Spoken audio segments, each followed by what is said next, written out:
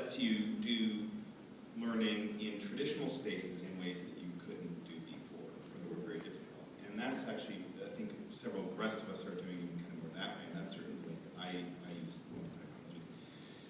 What I want my students to recognize, I actually want them to be having, and we've sometimes used Twitter for this or some other things, but I want them to be having, first of all, back channel discussions, and having a device that's really quick and easy for that kind of communication is great, because one of the things I recognize is,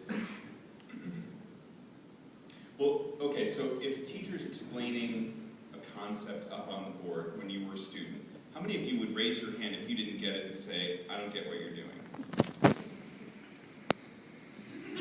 Be proud, hands high, come on.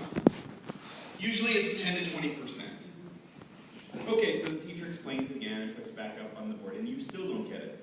How many of those people who would have asked the first time will ask a second time and say, I still don't get that, could you explain it again? It's usually 10 to 20% of that 10 to 20%. The third time, if you still don't get it, how many people will do that? Yeah, that's right. Because at a certain point, you'd rather be stupid than look stupid, right? If I can have a back channel going while I'm talking, people can be asking questions of me or asking questions of one another without having to look like they're stupid.